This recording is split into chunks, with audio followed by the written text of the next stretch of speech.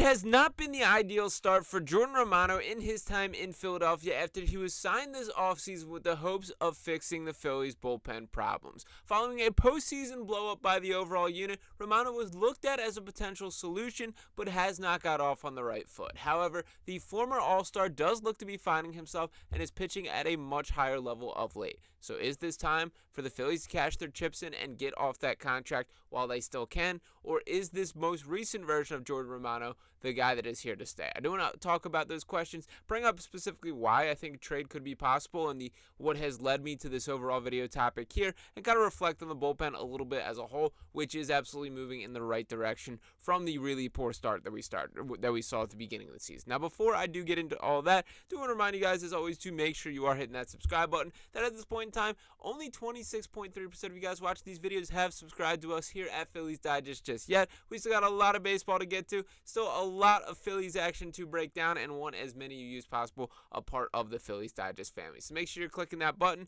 and now let's talk about Jordan Romano himself. For starters, let's reflect exactly what he's brought to the table this year, that he has pitched in 15 games, 13.1 innings. In that time, allowed 18 hits, struck out 12. That's 12.2 hits per 9 innings. The ERA finally below 10, down to 9.45. The whip still sitting at 1.8, and the numbers are absolutely moving in the right direction here. That this was a situation at the start of the year. He basically got hit around all over the place, did not have it, and that really inflated all of the numbers in a way that you never want to see as a pitcher, but gradually he is working himself down. Now, what brought me to the conversation about if it could be a possibility of Jordan Romano being traded was this article right here, titled by Peter Chihuahua here, Phillies could cut ties with Jordan Romano as bullpen revamp takes hold. And he writes in this article, after losing Jeff Hoffman and Carlos Estevez to new teams this past winter, the Phillies bullpen struggled out of the gate and recently held the second highest ERA of any team in Major League Baseball. But after making some changes, the relief corps has slid down to the 7th highest ERA slot,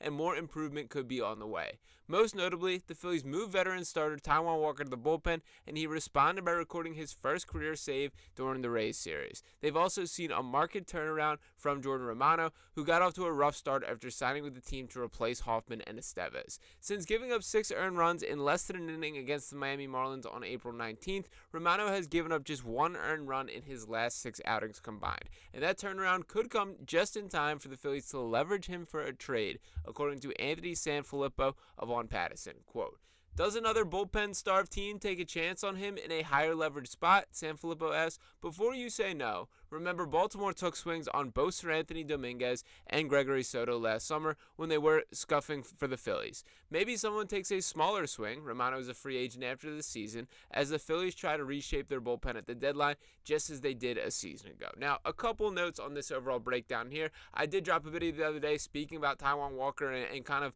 what he could bring to the table from a bullpen perspective. I am still actively rooting for Ty, and I do think there's a world where he can have some sort of impact on this bullpen here, that I think having a guy that can be a multiple innings reliever, a guy that can just straight up eat innings in those games where you need that to be the case there, that I think Ty is going to be a pretty good choice for that.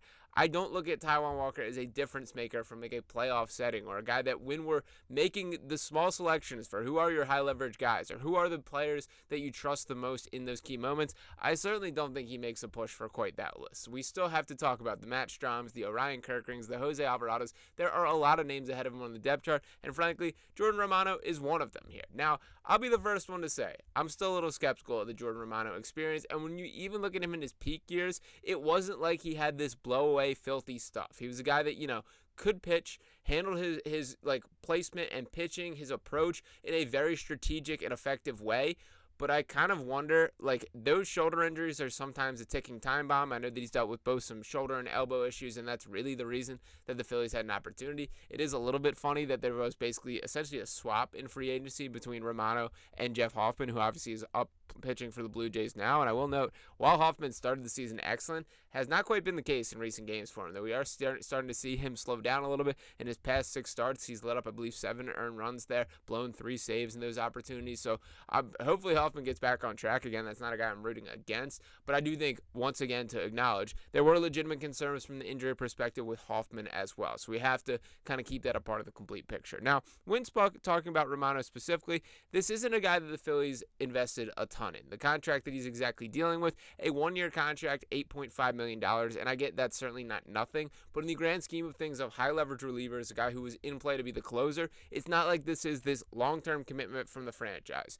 There should be a stronger feeling internally in the organization for whether the version that Jordan Romano that first started the season or the version that we're currently seeing is closer to the truth. I think in all reality here, the answer is somewhere in the middle, but I do lean a little bit towards the concerns that we saw early on are legitimate concerns. We have seen an uptick in his velocity. We have seen an improved just kind of approach and effectiveness on him on the mound. There is no doubt about that, but let's get it back to talking through it a little bit. Now, the original source for kind of these whispers here are Anthony Sanfilippo. I like Ant a lot. He's a good guy. I've had a couple interactions with him, mainly over kind of a group chat with a bunch of the Crossing Broad guys, but he is a guy that is in the know. And to bring up exactly what he wrote on the topic here, sometimes these aggregations can get out of control. He was doing a mailbag for On Patterson's here, and the question was, which Phillies player is most likely to be traded? And his answer is first, Marsh is the right answer, but I can't just mail it in and say Tim's right, so I need to get creative.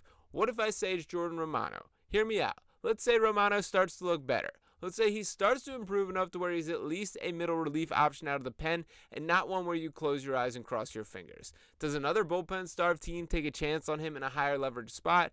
Before you say no, remember, Baltimore took swings on both Sir Anthony Dominguez and Gregory Soto last summer when they were scuffling for the Phillies. Maybe someone takes a smaller swing. Romano's a free agent after the season, and the Phillies try to reshape their bullpen at the deadline just as they did a season ago. So obviously he was not answering with a firm commitment of, I believe Romano will get traded here. I think in all likelihood that probably is not the case, that I think the Phillies are going to be willing to roll the dice. And it is funny to use kind of the Orioles example here, as both Gregory Soto and Sir Anthony Dominguez, and Sir Anthony had some, I guess, higher highs during his stretch here with the Phillies. Soto is a guy Dombrowski's been pretty open about. If he spoke about himself and wanted to be viewed as a closer, when the reality is, like, you just don't have closer stuff, man. And we kind of saw both these things unwind out there in Baltimore. So it was funny to me to watch the Orioles try and build up a legitimate bullpen out of the guys that weren't quite good enough for the Phillies bullpen. And with all due respect to those versions of the Phillies bullpen, those bullpens weren't good enough to be viewed as, like, you know,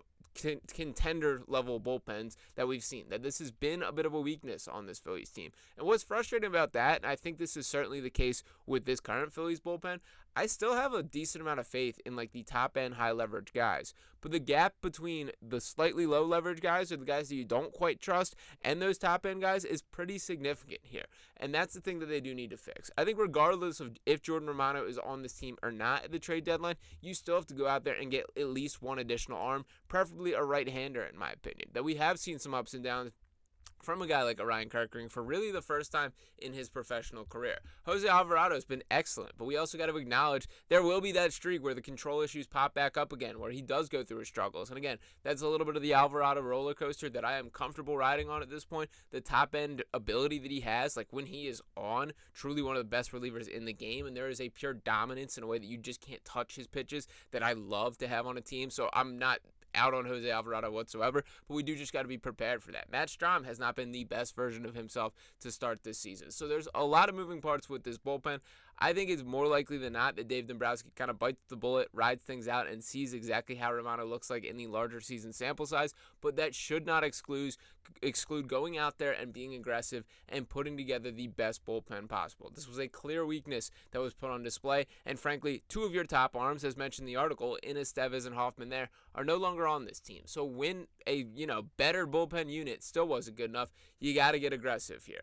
This Phillies team does have to make some sort of movement at the trade deadline. That is an area where I'm still kind of critical of Dave Dombrowski, that I don't think he's lived up to his reputation as this wheeler and dealer and guy that wants to make trades and bring in the finishing pieces. He sat on his hands a lot more than I've liked at the trade deadline there. Sure, you have to give him the props and acknowledge, obviously, the big ticket signings and moves that he has made, but that's all primarily been off-season stuff. That when we're talking about specifically at the trade deadline, finding the finishing pieces to this Phillies team, I don't think he's quite filled the shoes that he's designed to there. So we will see what ultimately unwinds from there. I still am a little skeptical of the Jordan Romano experience, but I do think if you were to pin me down and ask me right now, will this guy be traded or be on this Phillies team past the trade deadline?